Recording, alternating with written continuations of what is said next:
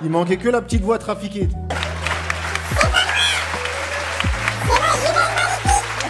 Dans cette vidéo, Walidia compare l'audition de Marlène Schiappa au témoignage d'un dealer en garde à vue avec des « je sais rien, j'étais pas là ». Bon visionnage et pensez à vous abonner.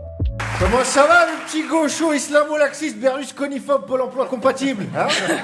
On est pas au top là, 40 degrés en Sibérie, ça brûle au Canada. En France, si t'habites près d'une forêt ou d'une pinède, c'est le moment de vendre, hein. Il faut appeler Stéphane Plaza, lancer le homestaging et débarrer. Parce que ici, on est à Annecy, profiter du lac. Dans 15 ans, c'est un pédiluve avec des poissons morts. Ah, si, je suis de tout cœur avec vous, surtout après le drame terrible que vous avez vécu, hein. L'annulation de la conférence de presse d'Éric Ciotti, putain. Ouais. Le pauvre, il a vu un barbu avec un couteau, il avait déjà déplié le pupitre. Dans le discours, il y avait islam surligné en fluo toutes les deux phrases. Et pense, c'est un chrétien. Mais vous êtes sûr qu'il a pas dit au nom de Jésus, subhanallah? Non, même pas. C'est marrant comme ça coïncide avec la lutte contre le séparatisme de Schiappa. J'ai vu l'audition, moi aussi, hein, sauf que j'étais en train d'écrire mon nouveau spectacle. Je suis à ça d'arrêter. Franchement, on est sur un génie comique inatteignable. Elle a répondu comme un dealer en garde à vue. J'ai cru que c'était un épisode d'enquête exclusive. Il manquait que la petite voix trafiquée. Monsieur Corne, rien. J'étais pas là. C'est pas moi. C'est moi, Jimmy Maliki. Et Marianne, c'est qui, déjà, hein? Moi, je suis pas secrétaire d'État, je suis mannequin pour Playboy, hein?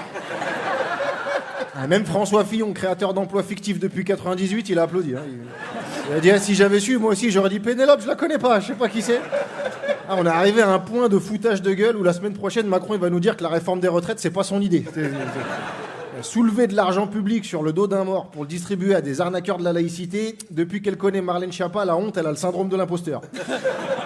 Bon, après, si elle est prête à filer autant d'oseille à des gens qu'elle connaît pas, je peux peut-être retirer tout ce que j'ai dit sur elle. Hein, ouais.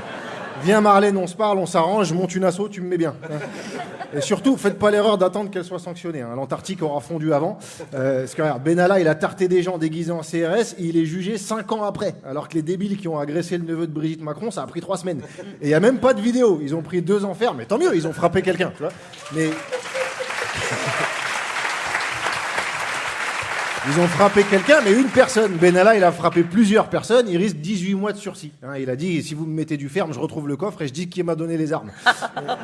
Si c'est ça la peine qu'il encourt, ça veut dire qu'en fait, on a tous le droit de se déguiser en flic, de tabasser des gens au hasard dans la rue, juste on peut le faire qu'une fois. Voilà, c'est super pratique le sursis, ça marche aussi avec Morandini, il a pris 6 mois de sursis. Donc tu peux organiser un faux casting avec une fausse identité pour demander à des jeunes de se foutre à poil en espérant intégrer une série qui n'existe pas, mais une fois, voilà, c'est tout. Ouais, et lui, contrairement à Charline sur Inter, il a gardé son émission sur CNews. Ouais, ouais.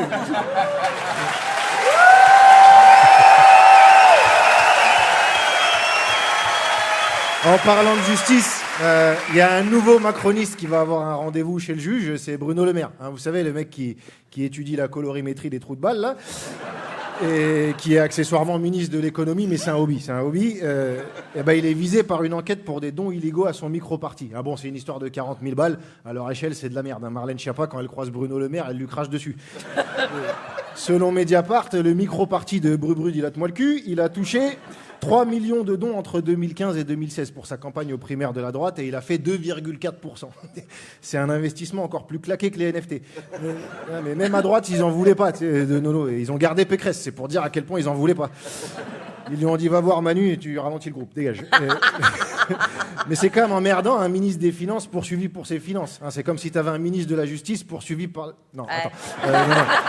Attends. C'est comme si tu avais un ministre du Travail visé... Bon, j'arrête, parce que sinon, va falloir que je parle du ministre des Armées, du secrétaire général de l'Élysée, de la dizaine de députés Renaissance sous enquête, mais j'ai pas le temps, on arrête dans 2 semaines. Hein. D'ailleurs, c'est pour plaire à tout ce petit monde de probité qu'on supprime notre émission. Comme quoi, c'est pas que dans le placard de la femme de ménage qu'on trouve le plus de serpillères. Pensez à vous abonner.